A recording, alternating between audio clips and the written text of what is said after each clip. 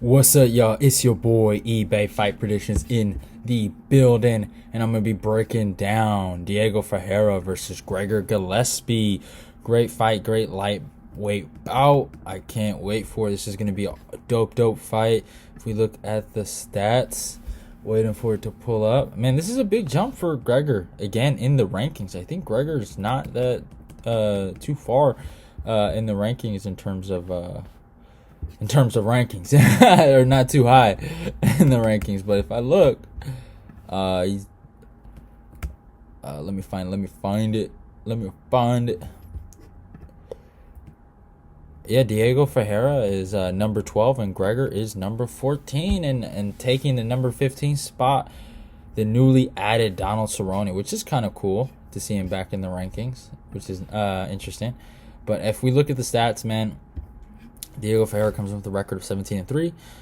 He's fighting out of Texas right now, age 36. So, he is somewhat past his prime. He is that year between you're supposed to be past your physical prime. But some guys, what they do to kind of combat that, they kind of go into their mental prime, and they think about strategies and stuff like that and how to get better at different areas of their game, if it's grappling or, if it's, other stuff. But, so it's not a bad age. It's not a great age, but it's not a bad one.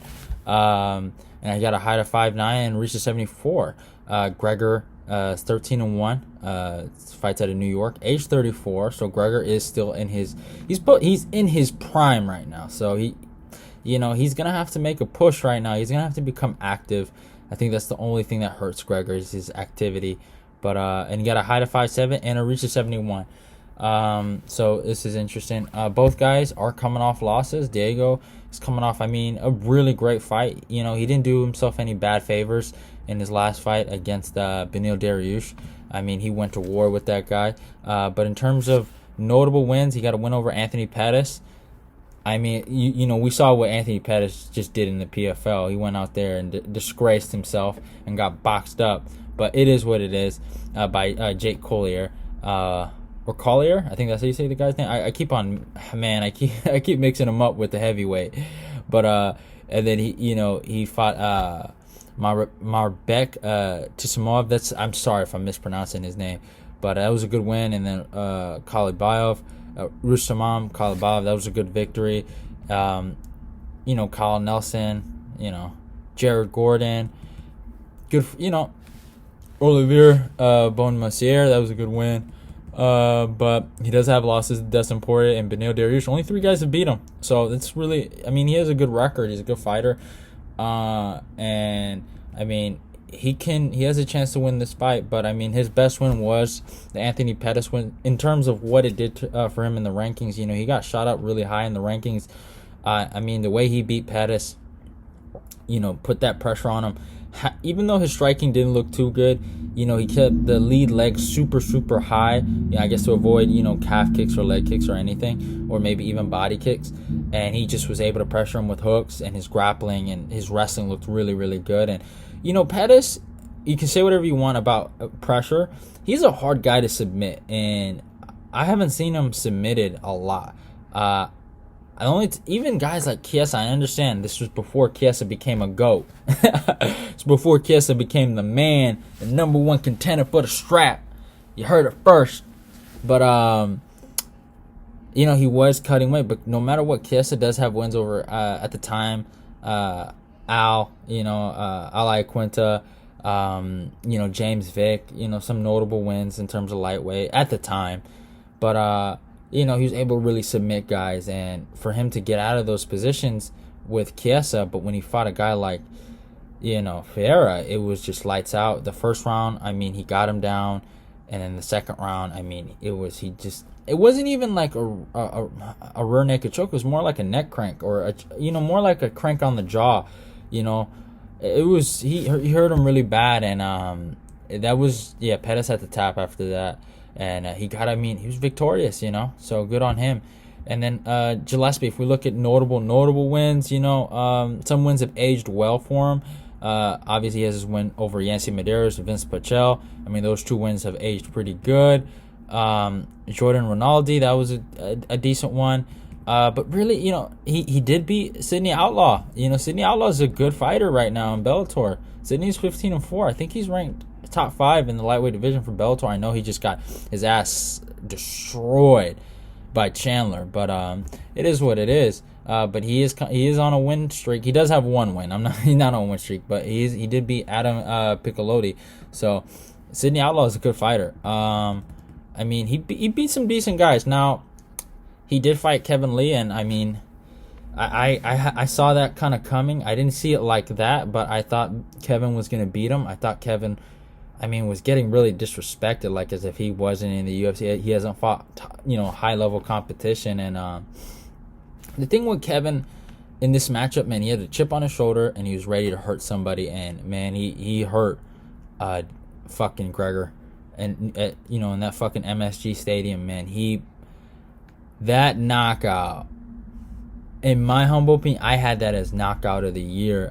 Over the Masvidal knockout over Askren, because it was just so crazy.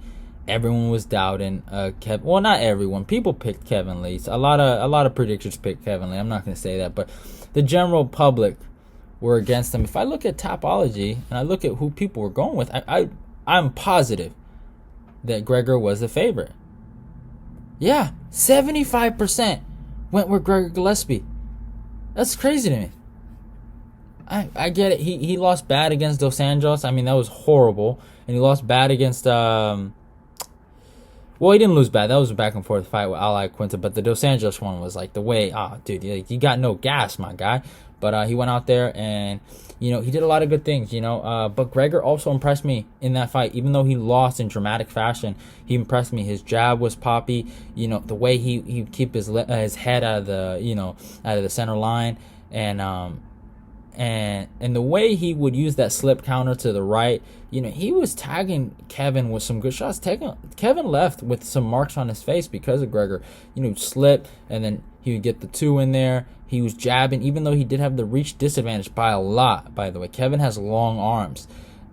He was able to jab with him. And the reason why he was able to jab with him is like he threw 3 jabs while Kevin would throw 1. Now, Kevin did a good job of maintaining distance with that 1 jab. But Gregor did a good job of throwing 3 while Kevin would throw 1. And that's why that's why Gregor had a lot of success of not only maintaining distance, but covering distance with Kevin. And that's also a reason why he hit Kevin. But Kevin did a really good job of adding those kicks and still applying that jab. Like, even though he had that 1 jab, he landed that kick. He would always have something behind it, or either it was a straight right to the face or to the body. So Kevin was playing the long game. Kevin came in there with a mentality like, I think this is gonna be a hard 15 minutes, and then it ended up not being. So it is what it is, and that's something maybe Diego Ferreira can use in this matchup. I think you're looking at Diego Ferreira in his last fight, and you're looking at Gregor in his last fight. Now Gregor took a long time. It's a year and 5 months, but that's a long time. Now, good for him. He went out in that last fight and he got knocked out bad. And that was a hard one to watch if you were a Gregor fan. Like, fuck. I had some homies that were really high on him and thought he was gonna beat Kevin Lee, and I was just like, hey man, I don't think he's gonna do nothing, right? But it is what it is. That's past. So he took a long time off, and he did himself a big favor for taking that time off. And I think, if he gets knocked out again, then there's a durability issue. But we're gonna have to find out with that. So if we look at that last loss for Gregor, he did a good job of of taking his time and resting. Now if we look at what Diego Ferreira did, fought Beneil Dariush. It was a split decision. I don't know how, but it was.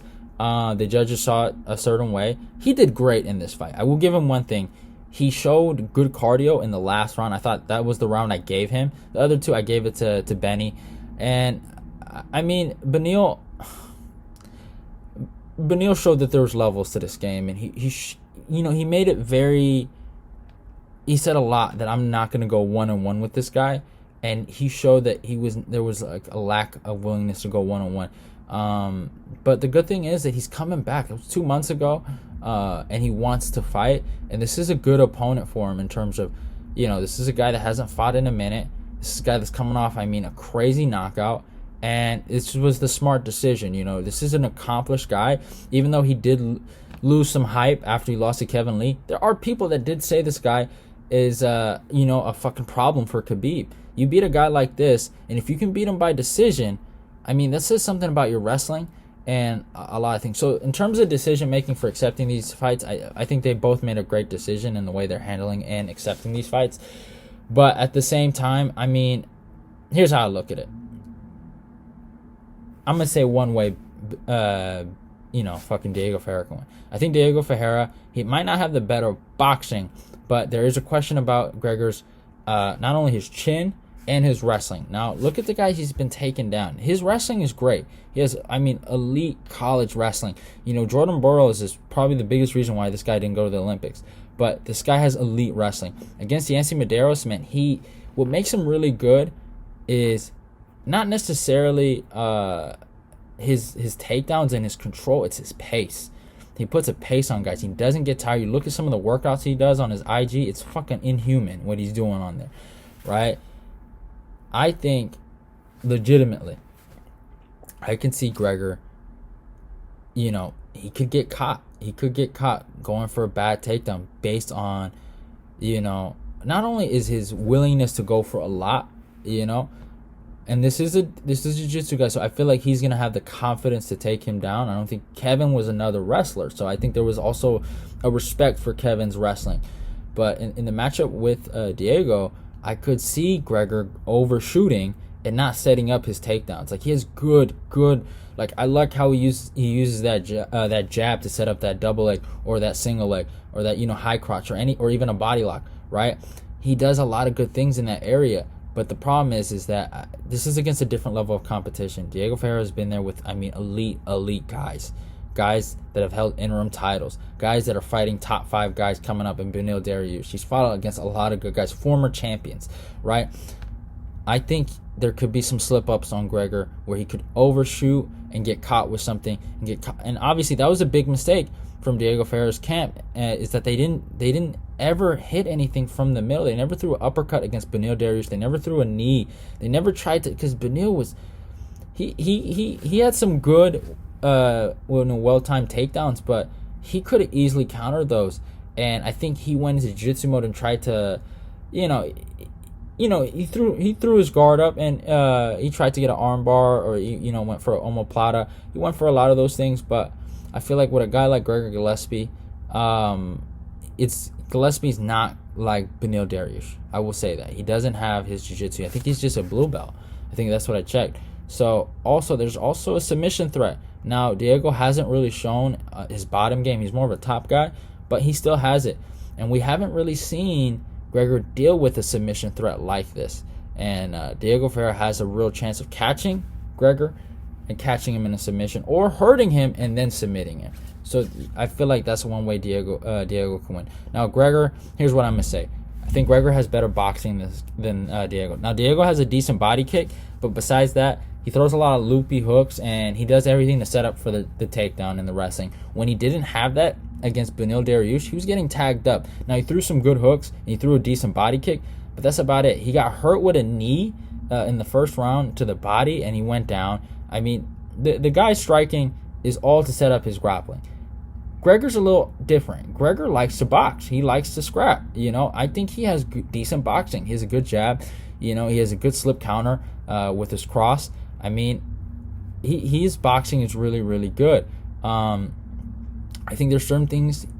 I think we're going to see a different Gregor. That's what I think. Because he took a long time off, and that Kevin Lee thing has to be in his head, and he has to be like, okay, I'm going to block those kicks. I'm not going to get caught with something like that ever again. And I think in this matchup, I think Gregor will have the faster hands and will have the straighter shots.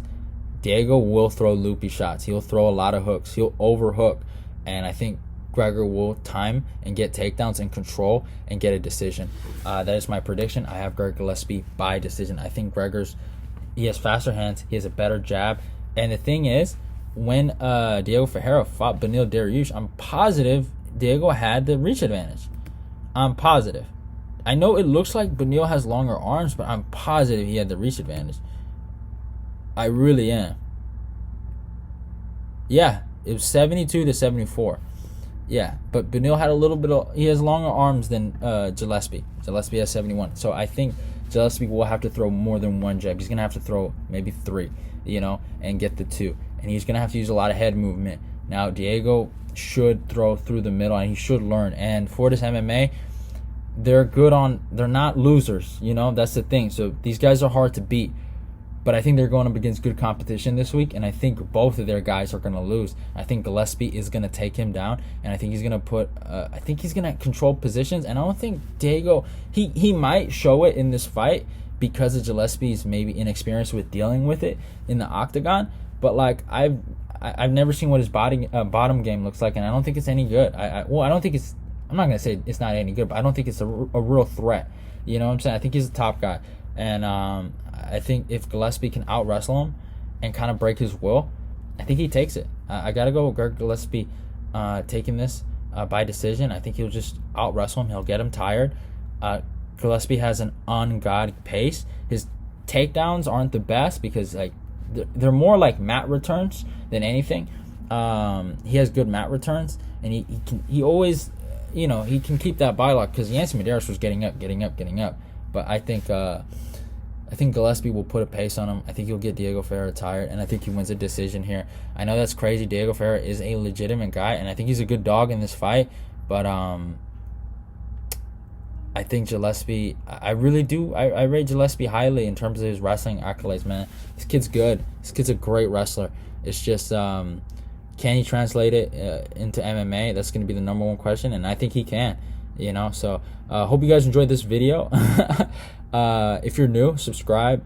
Go click the notification button. Comment. Tell me how you feel about this video. Share this video. Let's get this eBay Fight Prediction Nation growing. I also do have an Instagram. I do have a Twitter, so go follow those. All those links will be down below in the description box. And yeah, it is what it is. Love y'all, and goodbye.